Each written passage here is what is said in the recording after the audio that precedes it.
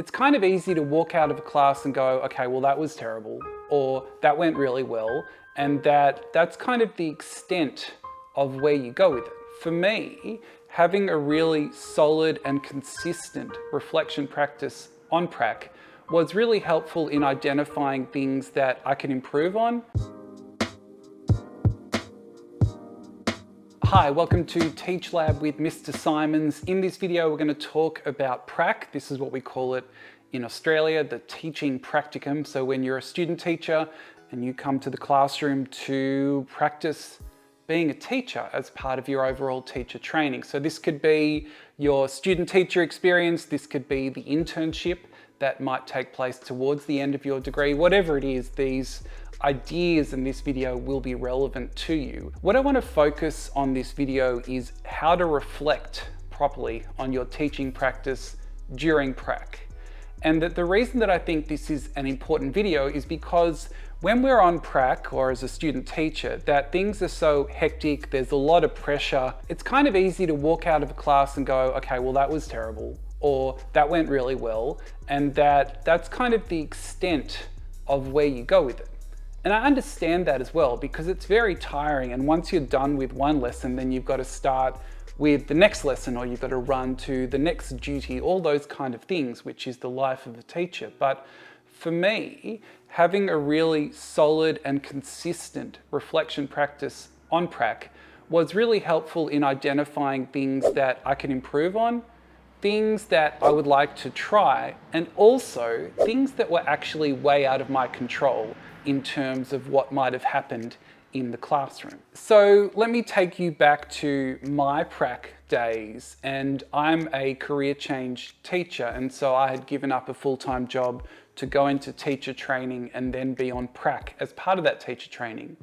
And because I sort of felt this pressure for this career to succeed, that whichever way the prac class went would then determine how I felt about the career choice. So for example, if I had a good class and I felt like I did well, I walked out and I said, yeah, I did really good. I'm like, okay, cool, this career will succeed. If I had a really bad class and I walked out of it and I was like, well, that was bad, then it was like, okay, well, this career choice is not going to work out and I should start thinking about something else. So there was a lot of pressure attached to every individual lesson that I taught, which is not a really sustainable situation because you've got a lot of lessons over a 4 or an 8 or a 10-week placement, however it works, so that you really need to treat it like the marathon that it is and not determine whether your life choices are going to work out based on how each class proceeds. What I would say is to avoid this designation of good or bad when you leave the class. That it's a really kind of superficial designation in terms of how things went.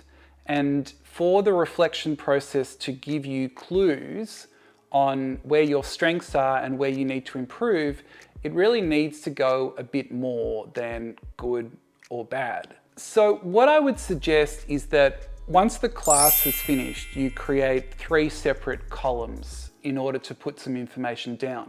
So this structured process of reflection. So the first column is what things went well. So the things that were in your control that you did well.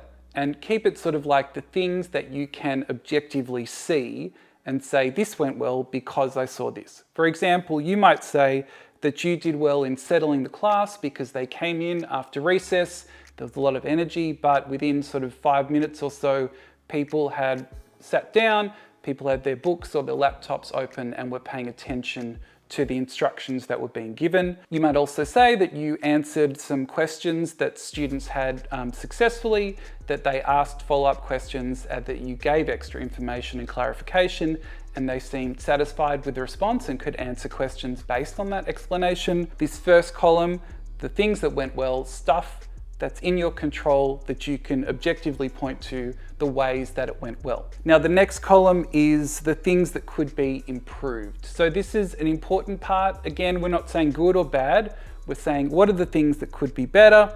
So maybe there was some confusion when you were explaining a particular concept and that you just couldn't find the right way to reach students in terms of that, and that derailed elements of the lesson. It happens. You might also talk about the fact that while you answered some questions effectively, that other questions you hesitated too long, and that maybe it would have been better to say, you know what, I don't know the answer to that question, let's look that up, or let's come back to that at another time. You might also talk about the fact that maybe you had too much content in that lesson, and so you were really rushing to get it done, and so the end of the class was a bit of a mess. So that's very much looking at what are the things that were in your control that could be improved.